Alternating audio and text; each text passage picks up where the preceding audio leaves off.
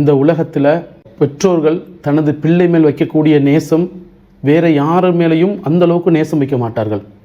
ஒரு ஆணும் ஒரு பெண்ணும் திருமணம் முடித்த பிறகு அவர்களோட வாழ்க்கையே ஒரு பெரிய அளவில் மாற்றம் ஏற்படுது.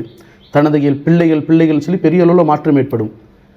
ஏன்னா அந்த பெற்றோர்களோட வாழ்க்கையாக இருக்கலாம், அவர்களோட நேரமாக இருக்கலாம், உழைப்பாக இருக்கலாம், அவரோட ஆசை கனவுகள், அவர்களோட நிம்மதி எல்லாமே தியாகம் செஞ்சு தான் தனது பெற்றோர்களை அவர்கள் கூட கவனிக்காமல், அவங்களோட சொந்த பெற்றோர்களை கவனிக்காமல் அவங்க திருமணம் முடித்த பிறகு பிள்ளைகள்னு சொல்லி என்ன செஞ்சுறாங்க, அவங்களோட வாழ்க்கையை நகர்த்துறதை பார்க்குறோம். இந்த பிள்ளைகள் அவங்க என்ன செய்கிறாங்க, பிள்ளை மேலே அவங்களோட என்ன எதிர்பார்க்குறான்னு சொல்லி பார்க்கும்போது, பிள்ளைய அவங்க பாசமாச்சு அவங்களுக்காக இருக்கிற காலத்தை பார்க்கும்போது அவங்க என்ன எதிர்பார்க்குறாங்க, தான் அடையாத இலக்குகளை தான் அடைய வேண்டும்.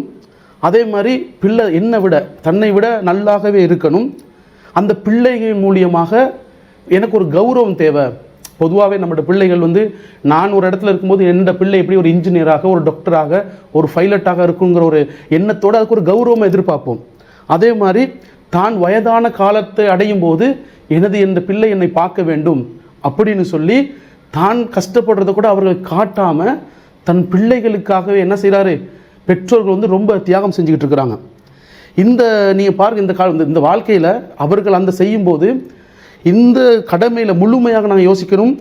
இந்த பிள்ளை பார்க்கலே அவங்க மூழ்கி தான் ஏன் இந்த உலகத்துக்கு வந்தோம், நமது வாழ்க்கை இலக்கு என்ன, நம்மளோட வாழ்வு மரணம் எதற்கு, நம்மளோட வாழ்க்கை முழுவதும் என்ன செய்யும், அந்த பிள்ளைகளுக்காகவே சார்ந்து நம்மளையே அறியாமல் வாழ்ந்துக்கிட்டு என்ன செய்கிறோம், மண்ணறைக்கு செல்கிறோம். ஏன்னா இதில் நீங்கள் பார்த்தீங்கன்னா சில பிள்ளைகள் எப்படி இருப்பாங்கன்னா, தன் பெற்றோர்கள் நல்லாவே அன்பாகவும் பாசமாக பார்க்குறத பார்க்குறோம். அதே மாதிரி சில பிள்ளைகள் என்ன செய்வாங்க, அவர்களை கவனிக்காமல் ஓப்பனேஜிங் ஒரு அநாத இல்லங்களில் அனுப்புறதை பார்க்குறோம், ரோட்டுகளை திரிய விடுறதை பார்க்குறோம். அவங்க மேலே அன்பு செலுத்துறது இல்லை. அவங்க மேலே சில பேர் என்ன செய்கிறாங்க, நிர்பந்தத்தில் பேரில் பார்க்குறாங்க. ஏதோ பெத்த கடமைக்கு பார்க்கணுங்கிறது அளவுக்கு என்ன செய்கிறாங்க, பிள்ளைகள் பார்க்குறாங்க. ஏன்னா அவன் என்ன செய்கிறான், தன்னை பெற்றோர்களை விட்டு தனது மனைவி தனது பிள்ளைகள்னு சொல்லி அவன் அந்த வாழ்க்கையை தான் நேசம் செஞ்சு ஓடிக்கிட்டு இருக்கிறான். இதை பற்றி இஸ்லாமிய மார்க்கம் ஒரு அழகான நெறிமுறையை வழிகாட்டுது. இதுக்கு எப்படி அந்த சமநிலை நடக்கும்னு சொல்லி இஸ்லாம் வழிகாட்டுது. எப்படி பிள்ளைகள் பற்றி சொல்லும்போது, பிள்ளைகள் ஒரு அருட்கொடை, ஒரு கிஃப்ட்டு. பிள்ளைகள் உங்களுக்கு ஒரு அமானிதம். இறைவன் உங்களை இந்த பிள்ளைகள் பற்றி உங்களுக்கு விசாரிப்பான். அதே மாதிரி இவர்கள் ஒரு சோதனைன்னு சொல்லி அல்லாஹ் ஒரு அழகான ஒரு பேலன்ஸான வாழ்க்கையை கூட சொல்கிறான்.